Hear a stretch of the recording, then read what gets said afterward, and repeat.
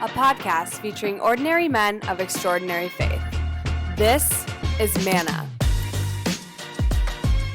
Hey everybody, thanks for tuning in to another episode of Manna, a podcast featuring ordinary men of extraordinary faith. I'm your host, Jeff Peterson.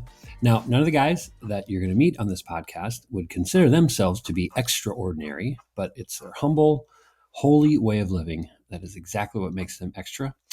And I am excited for you to meet them. All right, so today on Manna, we're maybe going to get a little more reflective than usual, maybe a little less loquacious. There's a $5 word for you than normal.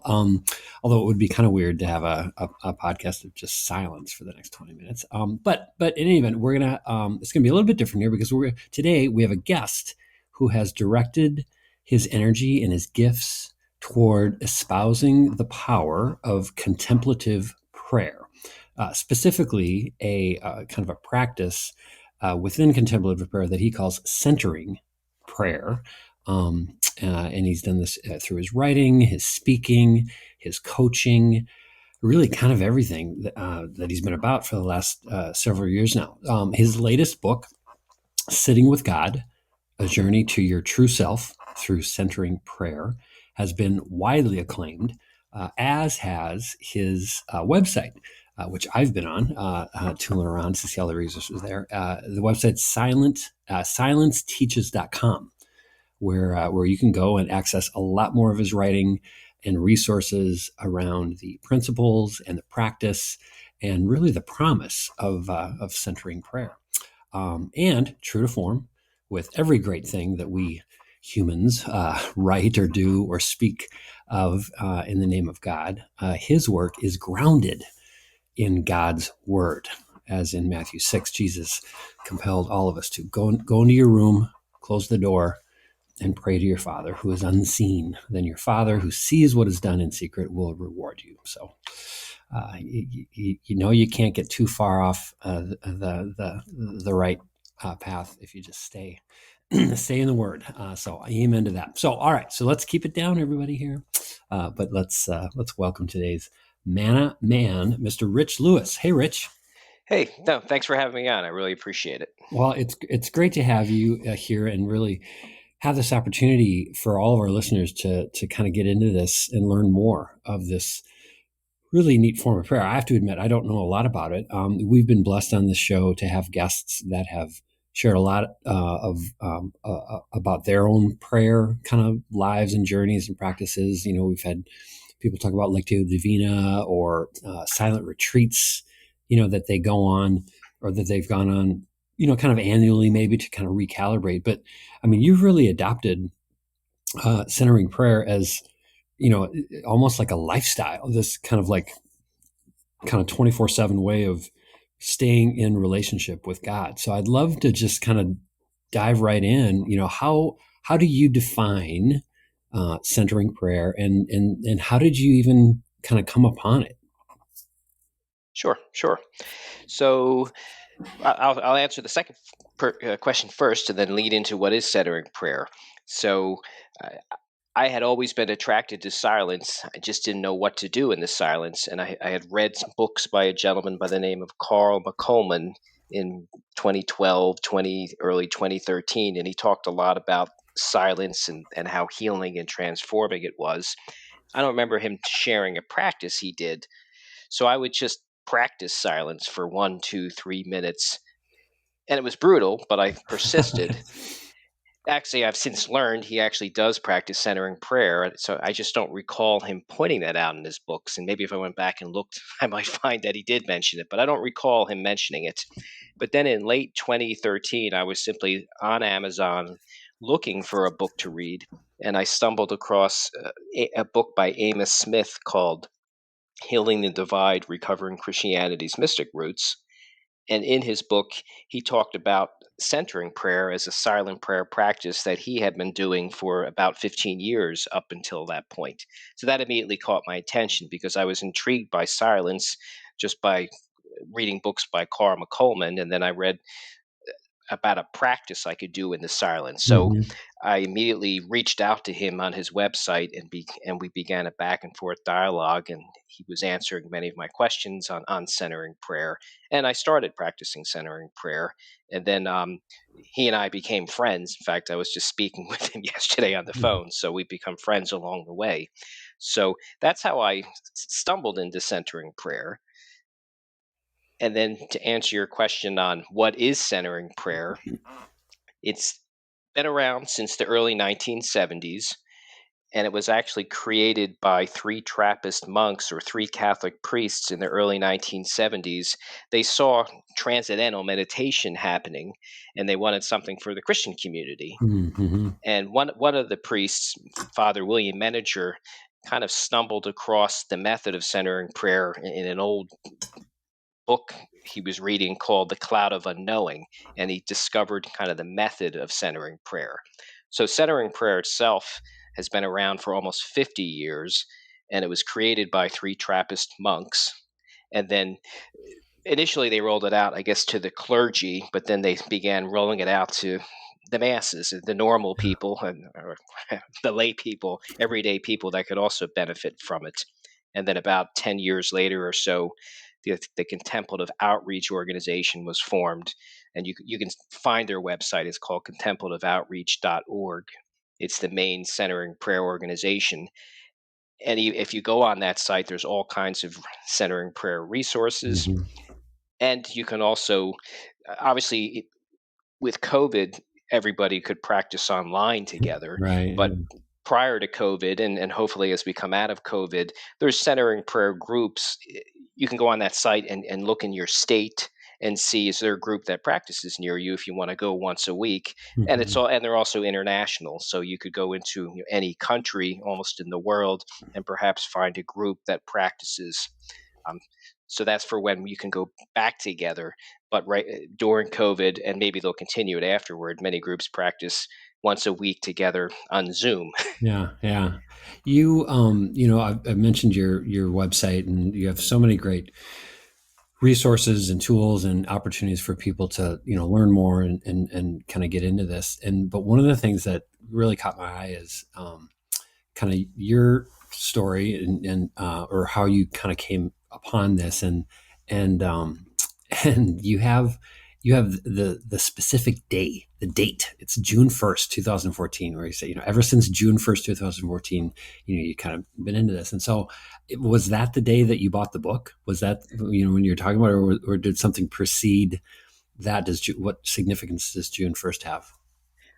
That I don't know. I mean, I purchased Amos Smith's book was really in late 2013, so it was probably Okay. November, December, and I began reading it and then dabbling in centering prayer. Mhm. I don't know what was so magical about it. I just remember that date. I decided because Thomas Keating, one of the three priests that created centering prayer and then tried to exploded all over the place.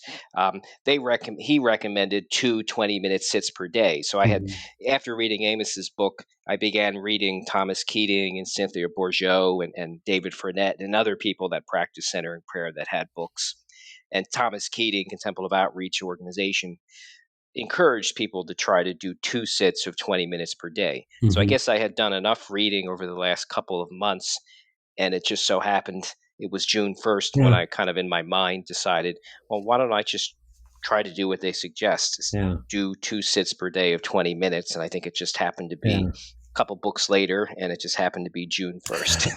Well, I love it. I love that it made enough of an impression that, because then as somebody who's coming into it and learning about you, it's neat to be able to just have markers. You know what I mean? Like we know our birthdays, we know Christmas, blah blah blah, and I just think it's kind of cool to know when it started. So it sounds like even preceding this, you were, kind of intrigued with kind of the power of silence and just kind of reflection. Did you grow up? Have you always been kind of a more, sort of reflective, even outside of faith? Have you been would you characterize yourself as a more, kind of, I don't want to say quiet, but kind of a more kind of thought filled person? And so is that why this has really just now been a really good fit for you from a faith perspective? I would say yes, because as I look back, even before centering prayer, going all the way back to when I was a kid, I liked nature. I liked being with people one on one. I liked reading books. I liked photography. I liked stamp collecting. So I think I did things that were things you did by yourself, and then or Hmm. you did with one other person or something. So I think Yeah, some of the hobbies and interests I liked probably were contemplative without me realizing it. Photography is can be considered a contemplative sure. practice. So I think I just was intrigued by solo and contemplative type of things without realizing what I was really doing. Liking nature, liking reading, Yeah. liking photography. Yeah. Was growing up, was faith a big deal, big part of your life as a kid and as you kind of came through the years? It actually was not. But my mother passed away if she had not passed away, I probably would have been Catholic. But my mother passed away when I was 3.5. Hmm. So she was Catholic, and she probably would have had us continue and be raised into the Catholic Church and get your communion and confirmation, because my older sister did, but my mother passed away, and I think we stopped going to church.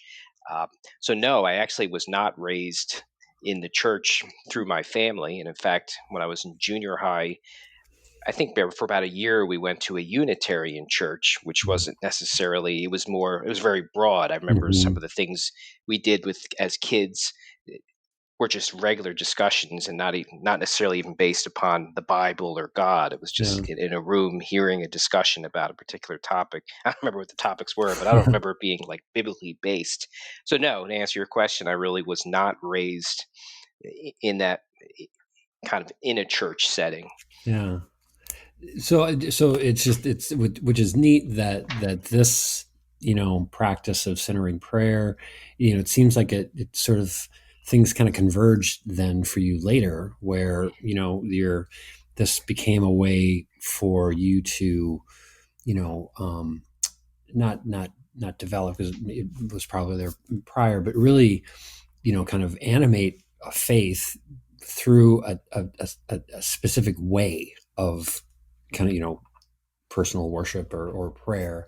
Just seems like it's a neat way of for two things kind of coming together. That now have propelled. So like, I would imagine now as people are meeting you and you've got all these great you know examples and things to share about centering prayer, that I mean faith is, I'm guessing, a pretty big part of your life now. It is, it is, and I mean, I did when after I went to in high school. I went to, so were friends that invited me to. It was a Baptist based, backed by a Baptist church. They had a youth group on Thursday nights, so I was invited to that, and because a lot of my friends went, so Mhm. started learning about God and the Bible in late high school. And then I went off to the University of Pittsburgh for school, so I kind of got away from it. But then when I started working on my own, I guess when I came back, my parents at that point actually had joined a church and were going to the United Church of Christ. So I started going to that with them, and I did spend 20 years in the United Church of Christ. I don't know if you're familiar with them. Mhm. It's a, I guess, a non-denominational Protestant church, Mhm. and that was a great experience. I enjoyed that, enjoyed the pastor, and enjoyed being part of that church. And that's where I guess I began just on my own, reading more. Um, Theologians and just exploring God, Yeah. and continued reading different books. And I guess it led me in the direction of more of a contemplative Yeah. practices. No, I love it. So speaking of books, and talking about your book, as you've shared that out, whether it's through readings or people who have approached you after reading it, do you find any difference between, so this podcast is kind of uh, kind of focused on guys, like how do men get comfortable with their faith, sharing their faith, blah blah blah. Although we do have plenty of women listeners, thank you all. But have you seen any differences between men and women in their response to the book, and then just to overall this way of praying? Are guys more, and I'm leading into a stereotype here, but are we more fidgety and harder to kind of like, kind of just settle down into really, getting at peace with just sitting with God? Or do you find there's no difference between men and women in terms of their receptivity to centering prayer? I would say I'm not seeing a difference. So that's kind of what I've observed. I'm not, because I guess I've interacted with both men and women that have read my book. So they've reached out to me on my website, they've reached out to me on Facebook, and I get interaction with both men and women. And I guess as I think about a lot of the interactions I've had, I don't seem to get any differences. Mm-hmm. I'll hear kind of some of the same things, that I'm too busy to do it. And actually, I'll even hear, I do some coaching, and I'll hear that from, I'll have pastors reach out to me, and I've done coaching to help pastors who say they're so busy taking care of the congregation, and they're neglecting their needs. Yeah. And I've coached both men and women for that very reason. And these are pastors coming to me saying they need to take better self-care of themselves. So they've Mm. asked for me to help them with that and hold them accountable to it. Yeah.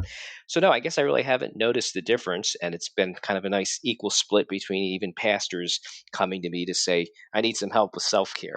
Yeah, yeah. No, I think that's well, and that kind of leads into my next question, and maybe this is the answer to it. But you've now been doing this for a while. You've kind of got it grooved. I'm sure you still have days where maybe it's a little bit harder to kind of execute than others. But what do you find is the biggest for new people, for people who are new to the practice, who but really want to get into it? Is there a most common barrier that people have to kind of like get over or push through before they're really that you're saying that they really kind of get into it and kind of get in a groove?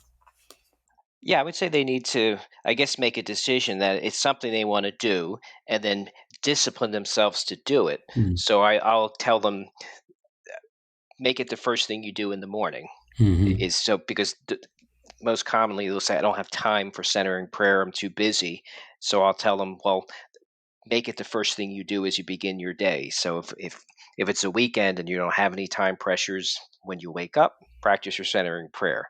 If it's during the work week and you have to work, set your alarm early enough so that you're going to do your centering prayer, whether it's 5 minutes or 15 minutes or 20 minutes. So I guess I encourage people, if it's something you really want to do, you do have to discipline yourself to do it. And I think you'll be pleased after you do that, and see a month has passed and or 2 months has passed and 6 months has passed. You'll be pleased that you took the discipline. So that's really the Yeah. first thing, is the discipline to do it.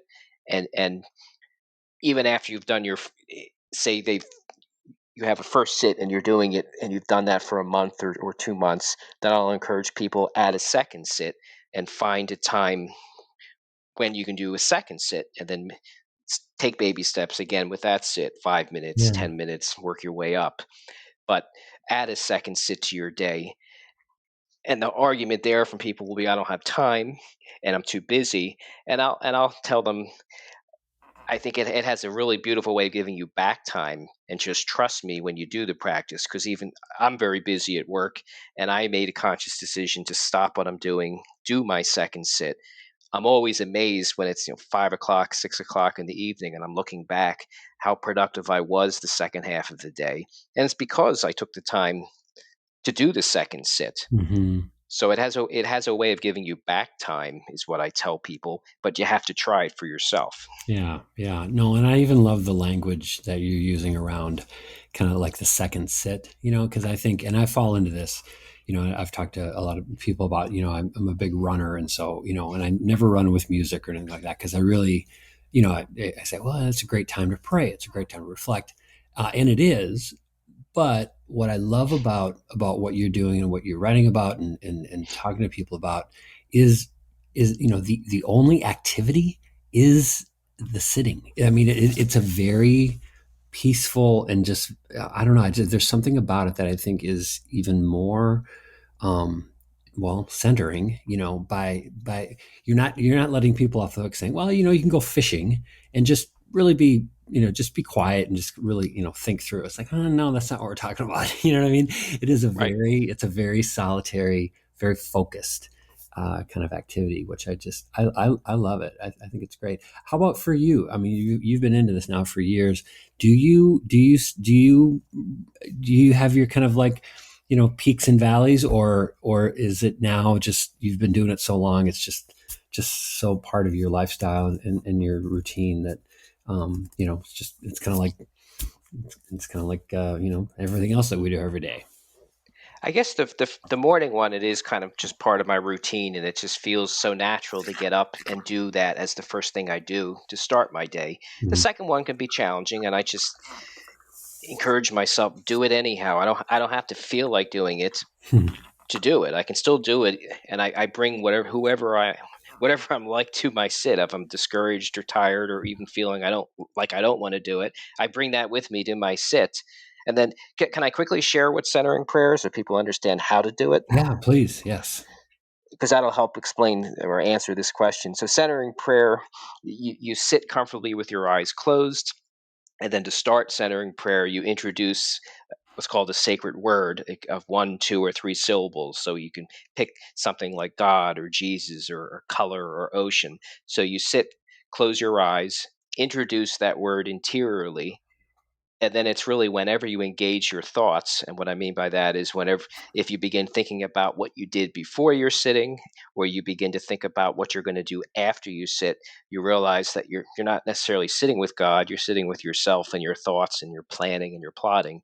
You reintroduce that sacred word, let go of your engaged thoughts, bring that sacred word to the forefront, and then let go of that, because it's so you're really just coming back to God and coming back to the present moment and opening to the presence and actions of God within. And you do that when needed, so it's not used as a mantra, it's just used when you need it. Yeah. And it doesn't have to be a word. I quickly discovered I was not that's for an auditory person. I discovered I'm really more of a visual person, so I have an interior image that I picture in my head that so happens to be a Jesus icon that I saw across a Richard Rohr meditation that I got one day. So I use an image. You can use your breath if you're more of a physical person, and some people practice with their eyes open and just stare at a spot 4 to 5 feet in the distance on the floor, perhaps. So that's Yeah. how you do the practice itself. So I would say my second sit can be a challenge, but I kind of make myself do it, because if you think about it, you're letting go of your thoughts and emotions. So I come to my sit and I might be thinking, I'm too busy, I got too much to do. Well, I let go of those thoughts and come back to my sacred word. And then if I keep thinking I'm busy, I got work to do, you just keep repeating Come that. back. Yeah. Yeah. You just keep repeating. So it doesn't matter how you feel. That's okay. That's real. It's all part of the process. Is you're bringing all of you and all of your thoughts and emotions to your sit, but you're letting go of them through the process. Hmm.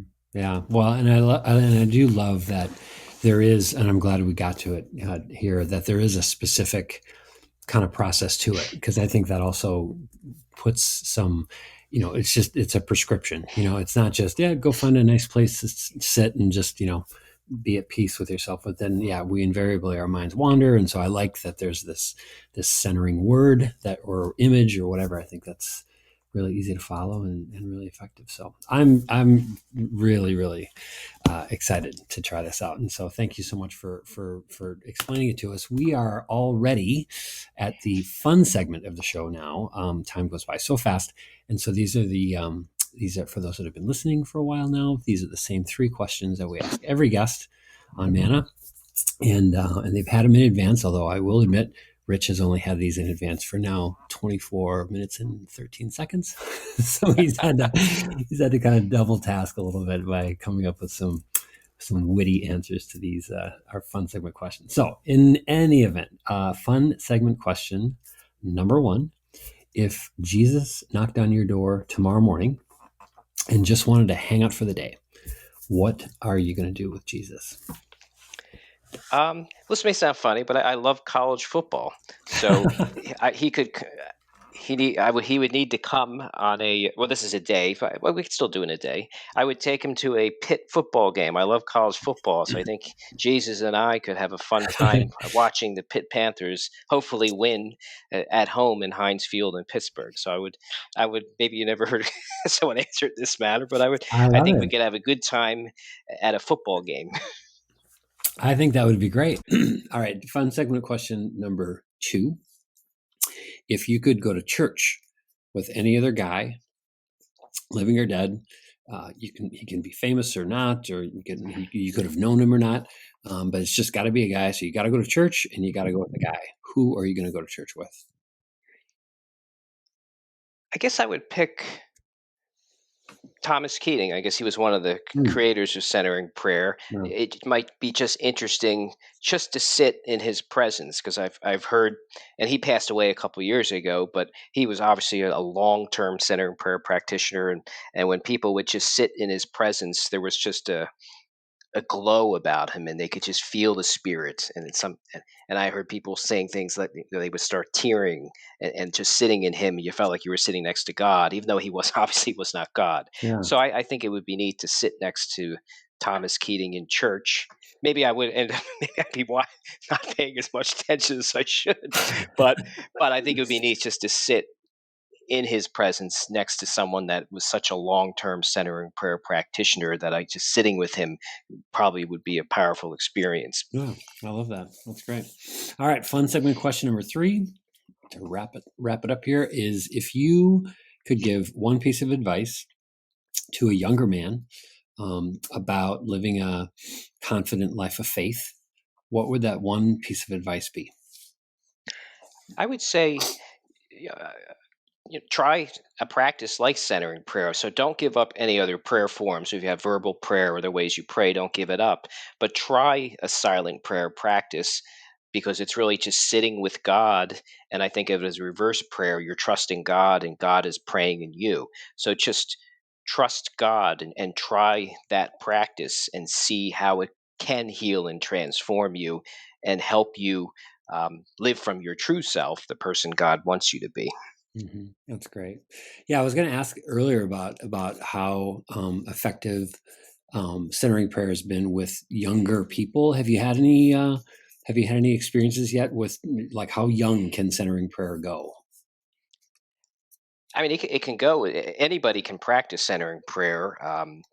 For example, when I first started practicing it, my kids were wondering what I was doing in the basement at night, because that's when I used to do my second sit. So actually, my son was 8 at the time, and I taught him, and we would do a 1-minute sit together. And then my daughter also was curious, so I invited her down separately, and we would do 7, 8, 9, 10-minute sits. So I would say, I mean, anyone is capable of doing centering prayer, even kids. And I guess I kind of proved that with my children. Yeah. And maybe even one last example I'll give you. I was curious about the Quakers, and their traditional service is in silence for most of it. So I went to a Quaker service near me just to try it out a couple years ago. And it was an old house from the 1800s, and about 100 people were sitting in it, including kids. And we sat in silence for about 40 minutes until after that, then they have kind of the announcements and prayers, and then they had events after it. So the room was filled with everybody, including children. So to answer your question, I mean, anyone really is capable of practicing silence if they choose to and want to try it. Yeah, that's neat. Oh, I love it. I love it. Well, thank you very much, Rich Lewis. It was great to have you on Manna. So everybody listening, go to silenceteaches.com to check out the book, Sitting with God, A Journey to Your True Self Through Centering Prayer.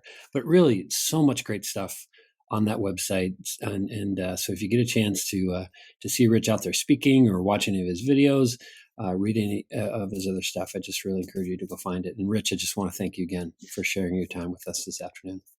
No, thanks a lot for having me on, and hopefully this is something that will be helpful for your community.